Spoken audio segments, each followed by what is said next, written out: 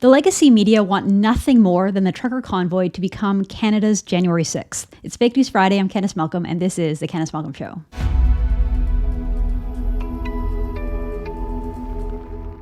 Everyone, thank you so much for joining the podcast. And so we have seen something so predictable in the media this week. We've been hit over the head with this. The media are going into overtime. They're going into overdrive, trying to misrepresent this freedom convoy, doing everything they can to, you guessed it, paint it as racist, sexist, angry, and extremist, even though we can see with our own eyes that is not. We can see the freedom convoy putting out their positive messages, their inspiring messages, watching those Canadians line the freeways despite all the elements. It is freezing. It is full of snow. It is icy. It is windy. No one wants to be on the side of a freeway, but instead we see families, we see people come out, people from all walks of life, waving the beautiful maple leaf flag. I mean, there's nothing better than seeing that and seeing those truckers go by. It is so inspiring, so uplifting, so positive, so counter to the message that the legacy media is trying to portray. And we're going to go through some of those examples. And joining me is True North producer and journalist Harrison Faulkner. Harrison, thank you so much for joining us today.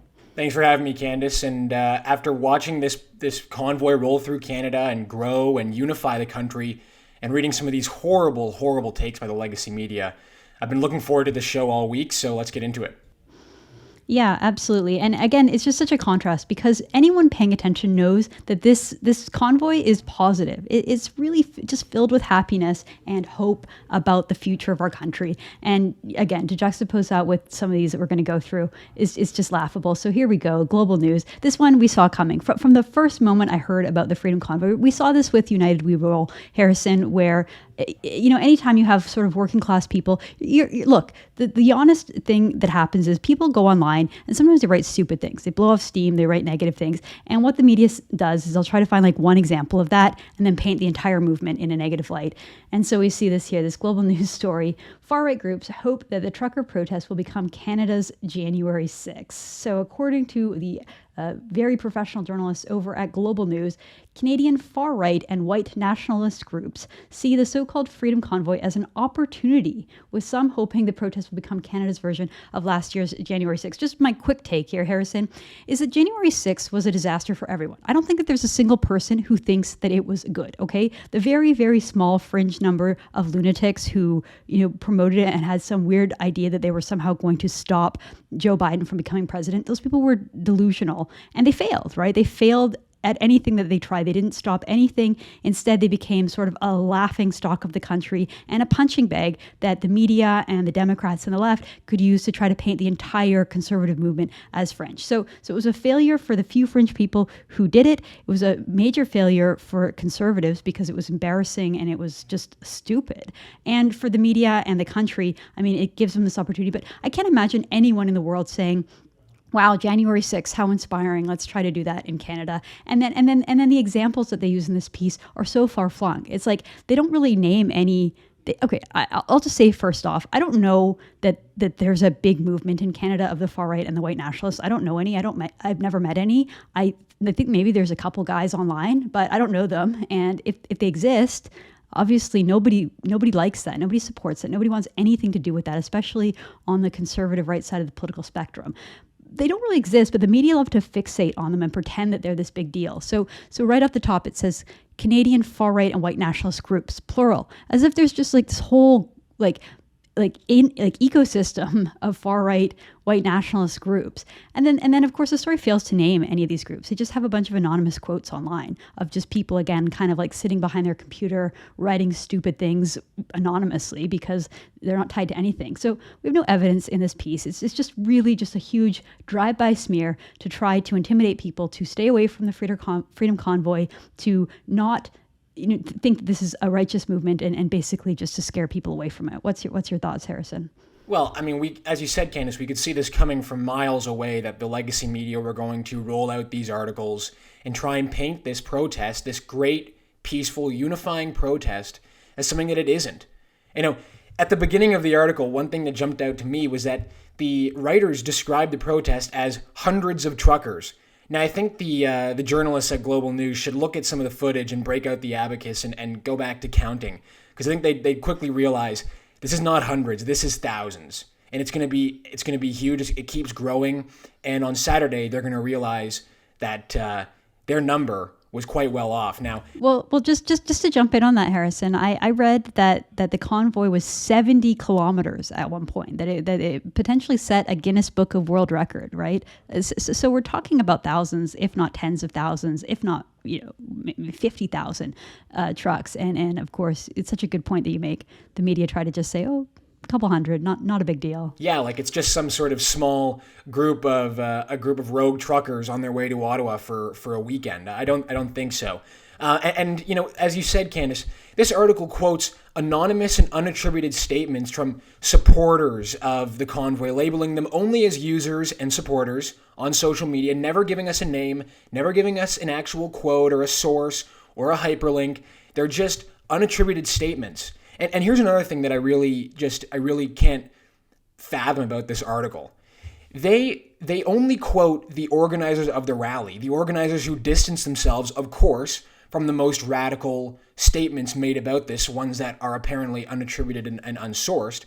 They only quote the organizers 14 paragraphs into the story, knowing full well the majority of readers will never get that far into the article, and all they will come away from the article is thinking that this protest is some sort of January 6th Ottawa edition. Now, if this isn't carrying water for the Liberal government, I don't know what is, Candice. Well, that's what they do best, Harrison. And I just want to point, look, I think it's really stupid to go online and write things. Like, no one should ever go online anonymously and incite violence or say anything about violence. That's wrong. And we have a problem in our country with the discourse right now. There's a lot of anger out there. I've seen it compounding over the course of the pandemic, where people are getting angrier and angrier. I mentioned this before, but I deleted all of my social media apps off my phone. I did over Christmas. Some of them I brought back because I'm trying to get back in the swing of things. But I personally don't even like social media anymore because it's just such a negative, hostile space, and you kind of don't really gain as much as you used to. I used to think it was fun to go on there. The problem with really nasty rhetoric, though, is not exclusively a problem of the right. In fact, you could see it just the same on both sides. And so there was a great piece over at TNC, our colleague Cosmin Georgia, who went into, they created this anti-trucker convoy hashtag called the Flu Trucks Clan. I guess a play on the KKK. I told you I thought it was amusing because they call it the flu.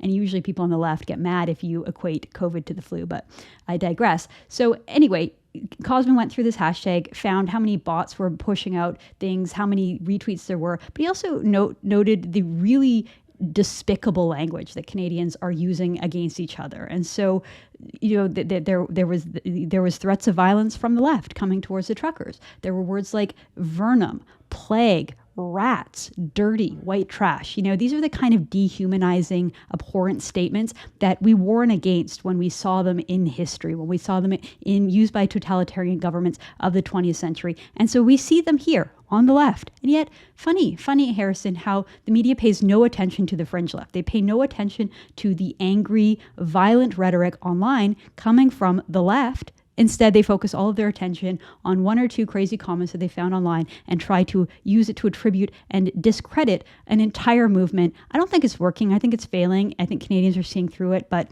still just so pathetic and so transparent to see them put it out there like this. Yeah, I mean, what more can you say? The Prime Minister on Wednesday said that these truckers were a small fringe minority and they hold unacceptable views. So the rhetoric coming from the radical left is being emphasized by the leader of the country. So until such time as these legacy media journalists call it out, then all we know is that this is a one-way street. Those on the right, those who are a part of a unifying, peaceful protest, are going to always be demonized. And as you said, Candice, the rhetoric on both sides is really concerning, but it needs to be called out just as much as the rhetoric on the left needs to be called out just as much as it's called out on the right.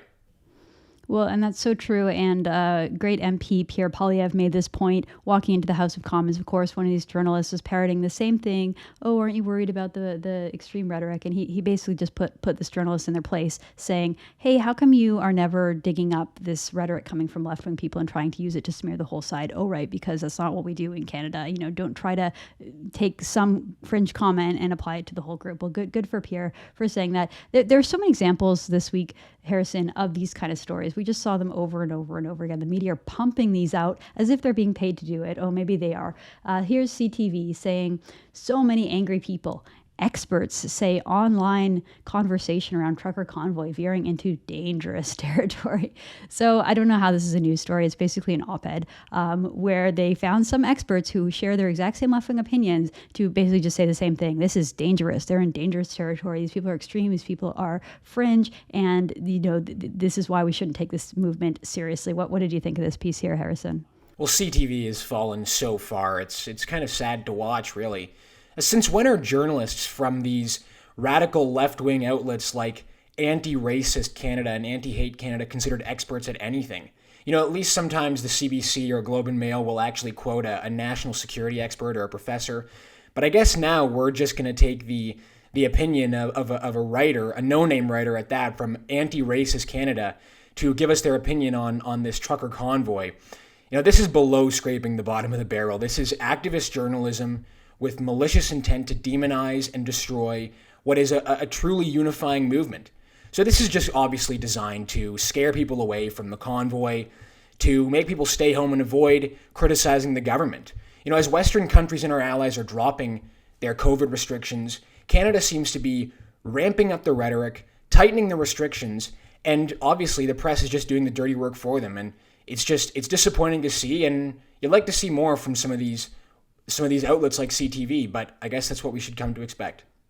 Yeah, you're so right. Sometimes people counter like any criticism of the CBC saying, oh, we have one public and one private, kind of suggesting that maybe the private sector one is like more reasonable or, more because they have like a money incentive. They're going to deliver something that's more palatable to Canadians. Then you see stuff like this and it's like, what the Anti-Hate Network is a fringe website, basically. No one reads it, no one pays attention to it. They sit in their basements, dreaming up fever dreams about the conservatives trying to paint them as extremists. No one even pays attention to them, and yet somehow they're given credibility in this story. Now, this is the worst one that I've seen, Harrison, because it's just so insulting and so beyond the pale. This is from Parliament Today, which you've probably never heard of. It's basically a newsletter, but it's one of those things that's done by a journalist and read by journalists, and it really promotes a sort of insular groupthink that we see in the legacy media. So this is what the report said, potentially a big problem for anyone who's donated. Okay, so this outlet has a quote of the day. The quote of the day comes from a national security expert that you probably never heard of, someone called Jessica Davis, who warns that anyone who has donated to the GoFundMe page, the GoFundMe campaign, I think it's raised almost $5 million at this point. Tens of thousands of people have reached into their pockets, God bless them, and given it to these truckers just to make it a little easier for the truckers, allowing them to pay for their fuel, pay for their windshield wiper fluid, pay for them to have some food and a comfortable place to stay along the way. And what this so-called national security expert is saying that if you have donated, you should be careful because it could go against the criminal code for funding terrorism. Yes, terrorism. They are equating blue-collar workers who are protesting peacefully against government overreach by exercising their God-given rights to freedom of speech, freedom of assembly, freedom of association, and freedom to peacefully protest. And they are saying that they are terrorists. This is so beyond the pale, so absurd. It's like we are living in a bizarro world. This is such a farce. And yet, with a straight face, here she says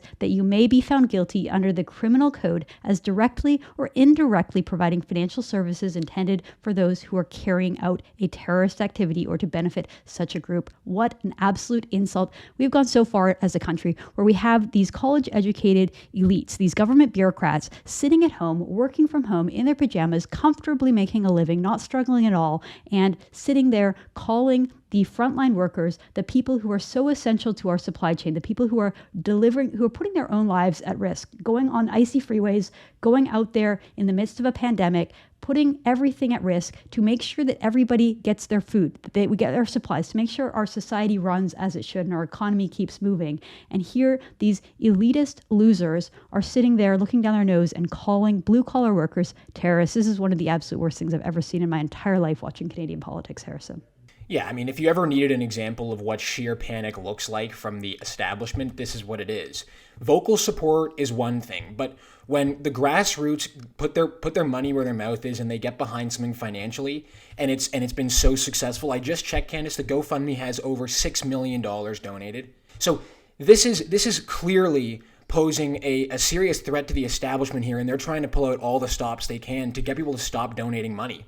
We could spend hours talking about how dangerous this rhetoric is, about how really unbelievable it is for journalists and experts to say these sorts of things, but all you can really do is laugh, because the movement is far beyond just one national security expert criticizing it. They can't stop this. People are fully behind it, and they're unified behind it. Now, I would love to know where these experts were when we had protesters blockading our railways and blocking critical infrastructure because of pipeline protests. Did anyone call out the fact that those who funded those protests could be also found guilty under the criminal code for financing domestic terrorism? Like I said before, it's a one-way street for those on the right, and the legacy media is just so focused on doing their best to get Canadians to stop donating. Here's a message to Canadians: stay the course and see through these blatant attempts to slow you down, because everyone here who's a part of this protest is making a difference. This story has made it around the world, and it's really, as I say, it's unified the country together on a very positive note. And I just think, as you said, this is just disgusting, and it's totally, totally dangerous. Well, and you're so right about the gaslighting element, Harrison, because they're basically preemptively spinning for violence. They're trying to say this will probably be violent, this is going to be violent, and something that's completely peaceful, completely justified, completely harmonious, and like you say, unifying the country. They're trying to paint that as something nefarious. Meanwhile, what have we seen over the last 2 years? We've seen looting and rioting at Black Lives Matter protests. And what do the media say? They say, no, this is peaceful. This is nothing to see here. These fiery protests are mostly peaceful, right? We saw the Cancel Canada Day movement, where they were violently destroying public property, including the property that belongs to all of us, like Queen Victoria statues, Queen Elizabeth statues, John A. Macdonald statues. They're destroying our country's infrastructure and the democratic symbols that we have.